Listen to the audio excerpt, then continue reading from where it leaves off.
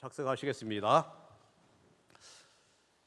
베드로는 앞선 본문 지난주지요, 성도들에게 거듭난 사람에게 사람답게 살라고 권면했습니다. 거듭난 삶은 서로 사랑하는 삶이고, 그리고 하나님의 말씀을 사모하는 삶입니다. 그리고 오늘 본문에서는 한 걸음 더 나아갑니다. 은혜를 맛본 성도는 이제 살아있는 돌이신 예수님께 계속 나아가야 한다고 권면하고 있습니다. 세상은 변하고 흔들립니다. 환경도 변합니다. 그러나 예수님은 살아계시며 결코 변하지 않으십니다. 그래서 이 성도의 삶은 세상을 붙드는 삶이 아닙니다. 살아계신 주님께 가까이 나아가는 삶이고, 그분께 붙어 살아가는 삶입니다. 오늘 우리는 우리에게 중요한 질문을 던지게 되지요. 왜 우리는 살아있는 돌이신 예수님께 나아가야 할까 하는 질문입니다. 그리고 왜 하나님은 우리를 구원하셨을까? 오늘 말씀을 통해서 그 이유를 함께 살펴보려고 합니다. 베드로는 먼저 주님께 나아오십시오 라고 권면합니다. 성도들은 그리스도에게로 나아가야 합니다. 여기서 나아가다는 용어는 단순히 가까이 가는 것을 의미하는 것이 아닙니다. 하나님 앞에 예배자로서 서는 모습을 지금 설명하고 있는 것이지요. 살아계신 주님 앞으로 마음을 열고 나아가는 것을 의미합니다. 이 단어는 문자적으로는 누군가에게 가까이 간다 하는 의미가 들어가 있습니다. 그런데 비유적으로 설명할 때에는 신에게 가까이 간다 하는 의미가 있기 때문에 그렇지요. 히브리서는 이렇게 말합니다. 4장 16절에 보면은 은혜와 보호자 앞으로 담대하게 나아가자라고 얘기합니다. 그리고 10장 22절에서는 참 마음과 온전한 마음으로 하나님께 나아가자, 이렇게 얘기를 하고 있어요. 다시 말해서 믿음은 멀리 서서 바라보는 일이 아니라는 것이지요. 주님께 가까이 걸어가는 여정을 가리켜서 믿음이라고 말을 합니다. 구약의 제사장들은 하나님께 제사를 드리기 위해서 성소로 들어갔습니다. 그리고 그들은 하나님의 임재 앞으로 나아갔습니다. 이 베드로의 권면은 바로 이 모습을 떠올리게 합니다. 이제 성도는 그리스도 안에서 하나님 앞으로 한 발자국 한 발자국 나아가는 사람이지요. 성도는 하나님을 예배하는 예배자입니다. 멀리서 하나님만 바라보기만 하는 사람이 아니지요. 그리스도 안에서 들어가 주님과 함께 살아가는 사람들이지요. 그리고 주님의 임재 가까이에 머무는 사람이 바로 그리스도인이다 하는 겁니다. 그리고 이 나아간다고 하는 말은 스스로 계속 나아가는 모습을 의미하는 용어예요. 이것은 한 번의 행동을 말하는 것이 아닙니다. 계속되는 삶의 상태를 얘기할 때 가리키는 용어입니다. 우리는 한 번 믿고 멈추는 사람이 아니에요. 날마다 주님께 가까이 나아가는 사람입니다. 계속 예배를 드리는 사람이고요, 날마다 의지하는 사람입니다. 날마다 사랑하는 사람이에요. 믿음은 한순간에 열심으로 이루어지지 않습니다. 매일 주님 곁으로 한 발자국 한 발자국 옮기는 마음이 바로 믿음이다 하는 것이지요. 또한 스스로 나아간다고 하는 의미가 담겨 있습니다. 의지적으로 나아가야 해요. 억지로 끌려가는 삶이 아니라 의지적으로, 그러니까 받은 은혜를 기억하면서 자원하는 마음으로 나아가는 것을 말을 합니다. 주님의 사랑을 기억하면 기억할수록 우리의 걸음도 다시 주님을 향해서 나아가게 되어 있습니다. 그래서 성도의 삶은 주님께 가까이 나아가는 삶이에요. 주님과 함께 살아가는 삶입니다. 우리는 홀로 살아가는 존재가 아니에요. 주님과 연합된 존재입니다. 그래서 주님 안에서 위로를 얻고 주님 안에서 힘을 얻는 존재다 하는 겁니다. 주님께 나아간다는 것은 주님께 붙어있는 삶을 얘기합니다. 주님을 의지하는 삶을 말을 하고 있지요. 우리는 자기 힘으로 살아가는 사람이 아닙니다. 그리스도께 생명과 힘을 공급받는 사람입니다. 가지가 나무에 붙어 있어야만이 살아가듯이 우리 영혼도 주님 안에서 살아간다 하는 것이지요. 왜 우리는 예수님께 가까이 나아가야 할까요? 왜 우리는 예수님께 붙어 있어야 하냐 하는 질문을 던지게 됩니다. 예수님은 살아있는 돌이기 때문에 그래요. 베드로는 예수님을 이렇게 소개합니다. 한번 읽어봅니다. 시작. 그는 사람에게는 그림을 받았으나 하나님께는 택하심을 받은 살아있는 귀한 돌입니다. 원래 돌은 생명이 없어요. 차갑고 움직이지 않습니다. 그런데 베드로는 예수님을 살아있는 돌이라고 지금 부르고 있다 하는 거예요. 왜 그렇게 불렀을까요? 예수님은 죽음을 이기고 다시 살아나셨기 때문에 그렇습니다. 예수님은 십자가에서 죽으셨습니다.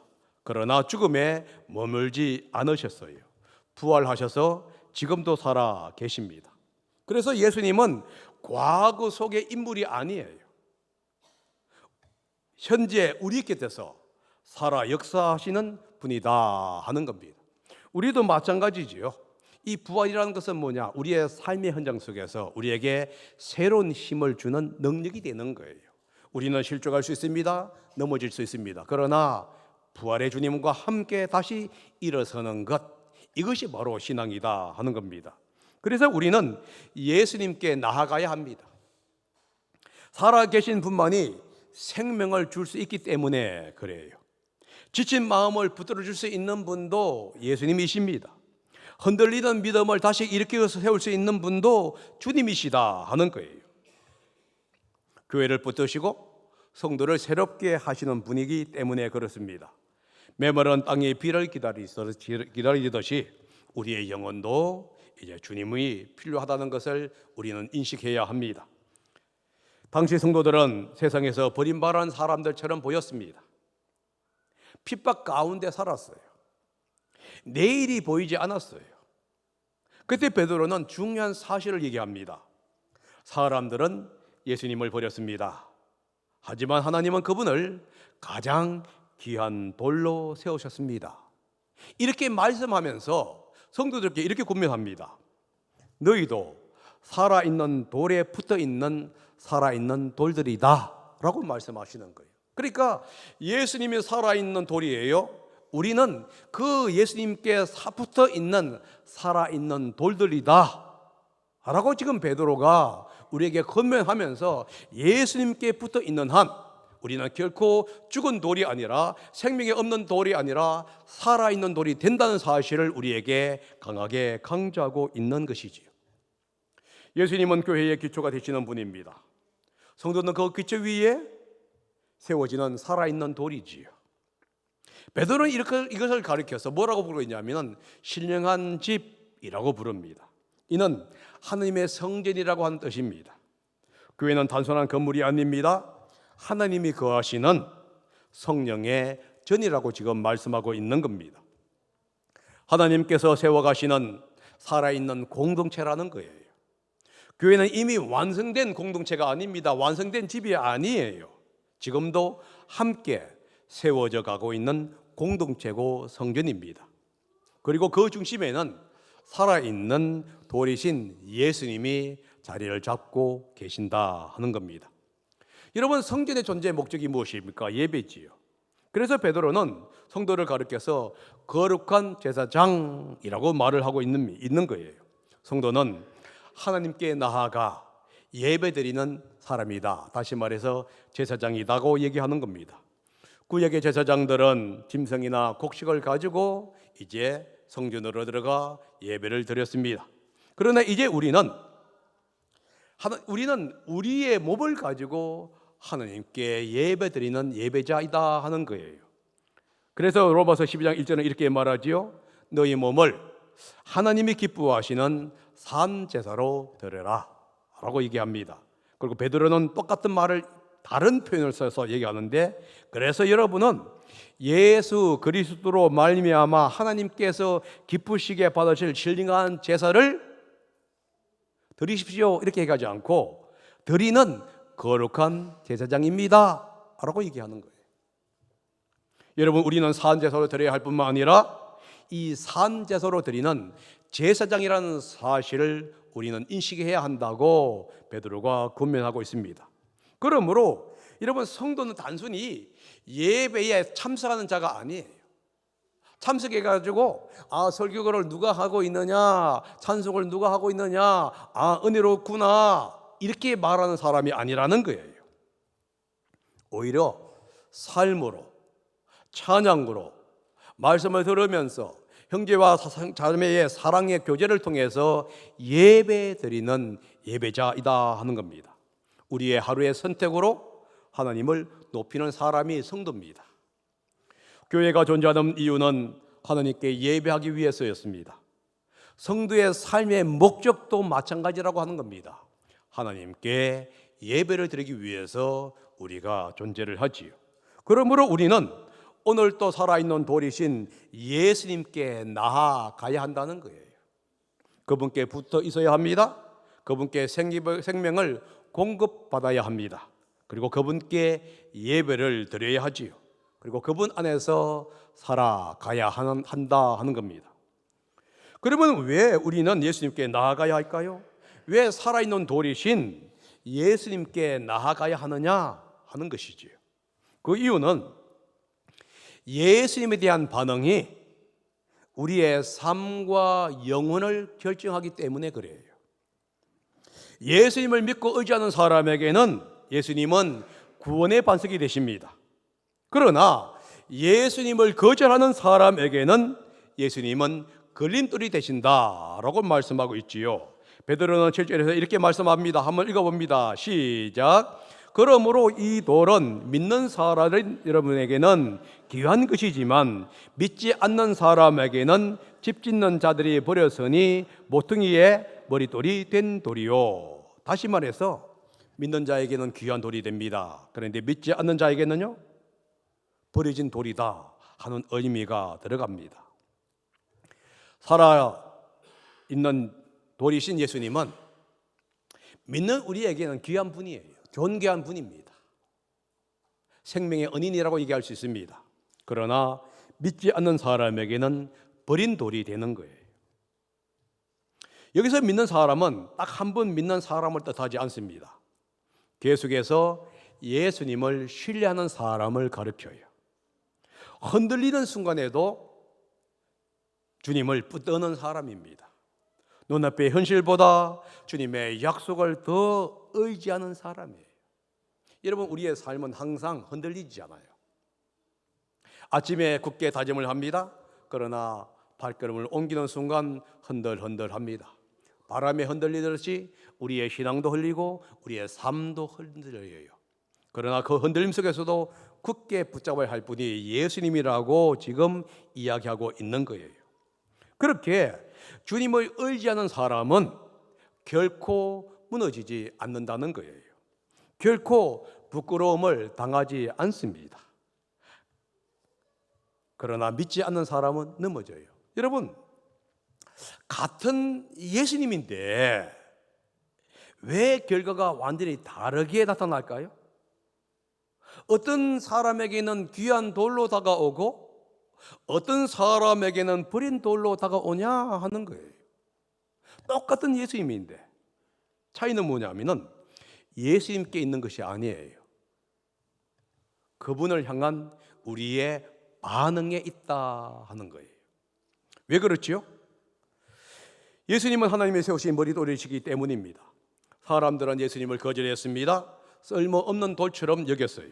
십자가에 못 박았습니다. 그러나 하나님은 그분을 가장 중요한 머릿돌로 세우셨습니다. 사람들이 버린 돌을 하나님은 가장 귀한 돌로 삼으셨다 하는 겁니다. 여러분, 십자가는 패배처럼 보입니다. 그러나 하나님의 성리였다는 사실을 기억하셔야 돼요. 십자가는 버림받은 것처럼 보입니다. 그러나 영광의 길이었어요. 십자가는 끝처럼 보였습니다.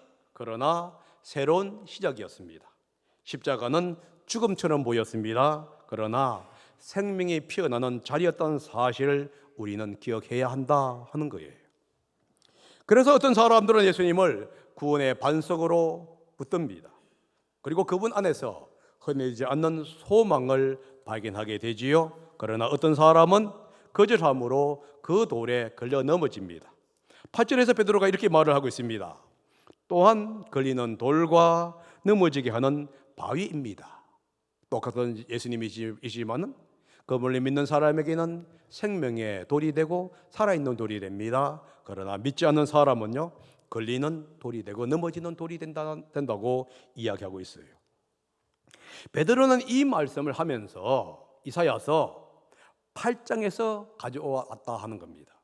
이 8장에 어떤 내용이냐면 당시 유다는 큰 위기 가운데 있었습니다. 북이스라엘과 아람이 연합해서 아시리아를 대응하고자 남유다를 압박하고 있었습니다. 그러자 이 남유다는 두려움으로 이 나라에 흔들리는 근간이 무너질 수 있는 그 상황에 놓여 있었습니다. 그때 하나님은 아하스 왕에게 이렇게 얘기합니다. 나를 의지해라. 그리고는 임마누엘, 곧 하나님이 우리와 함께 하신다는 약속을 들려주시는 거예요. 나를 의지하게 되면 내가 너희와 함께 할 것이고 결코 너희들이 흔들림 속에서도 넘어지지 않고 붙잡아 줄 것이다 하는 그 약속을 주셨습니다. 그래서 이렇게 했죠. 하나님을 신뢰하면 하나님이 피난처가 되어 주신다는 거예요.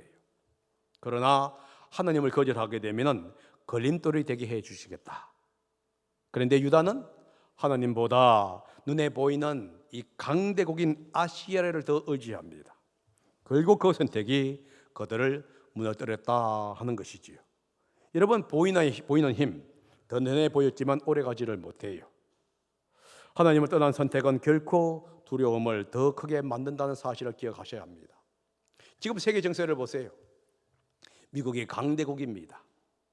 그런데 트럼프 대통령이 당선되면서 중국을 갔을 때 결코 강대국으로서의 면모가 보이지 않아요. 여러분, 세계는요, 아무리 강한 힘도 때가 되게 되면 꺾인다는 사실을 지금 이 세상이 우리에게 보여주고 있어요. 그러므로 흔들리지 않고 귀한 돌이신 그 주님께 우리는 나아가야 하는 겁니다. 지금 베드로는 이 말씀을 예수님에게 적용하고 있습니다. 예수님은 단순히 랍비 선생님이 아니에요. 우리와 함께 하시는 하나님이십니다. 임마누엘 하나님이에요. 우리 인생의 기초를 놓으시는 분이십니다. 중요한 것은 우리의 반응이에요. 그분을 붙잡고 그분을 신뢰하느냐, 아니면은 그분을 지나쳐 버리느냐 하는 것입니다. 사람이 넘어지는 이유는 하나님의 은혜가 부족하기 때문이 아니에요. 말씀에 순종하지 않기 때문입니다. 주님을 신뢰하지 않기 때문에 그래요. 이 사실을 베드로가 분명하게 얘기하지요. 그들이 걸려서 넘어지는 것은 말씀을 순종하지 않기 때문이며 라고 정확하게 얘기하고 있습니다. 믿음은 단지 아는 것이 아니에요. 믿음은 주님을 의지하면서 따라가는 것이다 하는 것을 우리는 기억해야 합니다. 베드로 당시 성도 사람들은, 특별히 성도들은 조롱과 핍박 속에서 살았습니다. 세상은 그들에게 말을 했어요. 예수 믿어봐야 별 볼 일 없지 않느냐, 점점 더 어렵지 않느냐, 더 많은 핍박이 오지 않느냐, 이렇게 얘기하고 있는 거예요. 그러나 베드로는 흔들리지 않으면서 이렇게 얘기합니다. 예수님은 하나님께서 세우신 살아있는 머릿돌이 되셨습니다. 그리고 그분을 믿는 사람은 결코 무너지지 않습니다 라고 격려하면서 지금 흔들리고 있는 성도들에게, 또 우리들에게 강력하게 권면하고 있는 것이지요. 세상은 흔들릴 수 있습니다. 환경은 무너질 수 있어요. 사람은 우리를 실망시킬 수 있다 하는 거예요. 믿었던 것이 한순간에 사라질 수도 있는 것이 이 세상이에요. 그러나 살아있는 돌이신 예수님은 결코 흔들리지 않습니다. 어제도 오늘도 변함없이 우리를 붙들어 주시는 분이 바로 예수님이 있으시다 하는 겁니다. 그러므로 성도는 어떤 상황 속에서도 주님께 가까이 나아가야 합니다. 주님을 예배해야 합니다. 주님을 붙들어야 합니다. 주님 안에 피난처가 있기 때문에 그래요. 주님 안에 생명이 있기 때문에 그렇습니다. 주님 안에 흔들리지 않는 소망이 있기 때문에 그렇습니다. 폭풍 속에서도 다시 배를 붙드는 한 결코 배는 흘러가지를 않습니다. 마찬가지입니다. 주님은 우리의 삶을 붙들고 있는 것이에요. 사랑하는 성도 여러분, 어떤 상황 속에서도 올바른 선택을 하시기 바랍니다. 눈에 보이는 힘보다 살아계신 주님을 붙드시기를 바랍니다. 두려움보다 약속을 붙드시기 바랍니다. 그리고 끝까지 주님께 가까이 나아가십시오. 살아있는 돌만이, 예수님만이 우리 인생의 흔들림을 굳게 잡을 수 있는 분이기 때문에 그렇습니다. 이제 우리는 주님을 선택해야 합니다. 왜 주님을 선택해야 할까요? 하나님께서 우리를 구원하신 목적이 있기 때문에 그래요. 오늘 본문 9절과 10절은 하나님께서 우리를 선택한 목적, 다시 말해서 그리스도인의 정체성과 사명을 보여주고 있습니다. 한번 읽어봅니다. 시작. 그러나 여러분은 택하심을 받은 족속이요, 왕과 같은 제사장들이요, 거룩한 민족이요, 하나님의 소유가 된 백성입니다. 그래서 여러분을 어둠에서 불러내어 자기의 놀라운 빛 가운데로 인도하신 분의 업적을 여러분이 선포하는 것입니다. 여러분이 전에는 하나님의 백성이 아니었으나 지금은 하나님의 백성이요, 전에는 자비를 입지 못한 사람이었으나 지금은 자비를 입은 사람입니다. 여러분, 이 9절과 10절은 독특한 문장으로 되어 있습니다. 같이 9절과 10절을 떼울 수 있어요? 방송실? 9절과 10절 같이? 안 되는가 봅니다. 여러분 보세요. 그래서 나오지요. 그 앞에 뭐가 나오냐면 우리의 존재를 얘기합니다. 근데 10절이 뭐라고 하고 있죠? 과거와 현재를 얘기해서 우리의 존재를 얘기해 주고 있어요. 우리가 누군지를. 그런데 그 가운데 그래서 하면서 그 존재의 목적을 얘기하고 있습니다. 그것이 무엇이죠? 여러분을 어둠에서 불러내어 자기의 놀라운 빛 가운데로 인도하신 분의 업적을 선포하는 것이 여러분의 사명입니다 라고 얘기해 줘요. 다시 말해서 우리 정체성은 뭐냐? 과거에는 하나님의 백성이 아니었다는 거예요. 과거에는 어둠 속에 살았습니다. 그런데 현재에는 하나님의 백성이 되었습니다. 그리고 왕 같은 제사장이 되었어요. 왜 그랬느냐 하는 것이죠. 하나님의 놀라운 은혜를 선포하기 위해서. 사랑하신 여러분, 하나님은 단지 우리를 천국 보내기 위해서 부르신 것이 아닙니다. 우리를 통해서 하나님의 은혜를 드러내기 위해서 우리를 부르셨다는 것이지. 우리는 하나님께 선택받은 사람입니다. 하나님께 속한 사람이에요. 세상은 사람을 판단할 때의 성공과 능력으로 판단을 합니다. 외모와 조건으로 판단을 하지요. 하지만 하나님은 우리에게 말씀하십니다. 너는 선택받은 나의 것이다. 이렇게 말씀하고 있는 거예요. 그러므로 성도의 가치는 우리가 무엇을 가지고 있느냐에 따라서 결정되는 것이 아니라 우리가 누구에게 속했는가에 의해서 가치가 판단된다는 사실을 기억해야 합니다.